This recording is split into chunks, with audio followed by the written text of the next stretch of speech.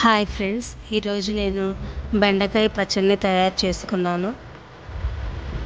ముందుగా 5-6 బెండకాయలు తీసుకుని నీట్గా వాష్ చేసుకుని చిన్న చిన్న ముక్కలుగా కట్ చేసుకుని పక్కన పెట్టుకున్నాను.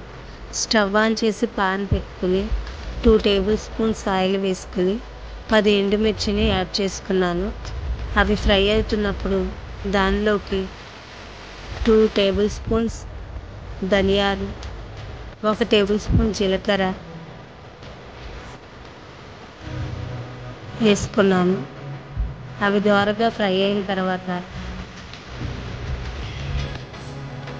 అవి తీసుకుని మిక్సీ జార్లోకి యాడ్ చేసుకున్నాను.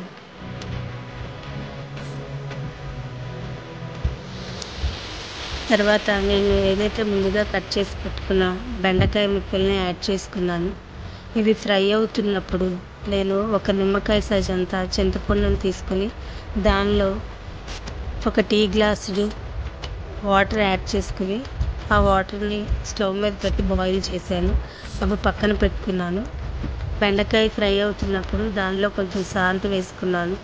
అవి కొంచెం ఫ్రై అయిన తర్వాత కలుపుకుంటూ ఫ్రై చేసుకున్నాను. అవి కొంచెం ఫ్రై అయిన తర్వాత తీసి మిక్సీ జార్లో వేసుకున్నాను. మిక్సీ జార్లో నేను ఏదైతే ముందుగా ప్రిపేర్ చేసుకున్న ఎండుమిర్చి, ధనియాలు, నెక్స్ట్ బెండకాయలు యాడ్ చేసుకుని కొంచెం పసుపు, 5-6 వెల్లుల్లి రెబ్బలు, చింతపండు గుజ్జుని యాడ్ చేసుకుని మిక్సీ పట్టుకున్నాను.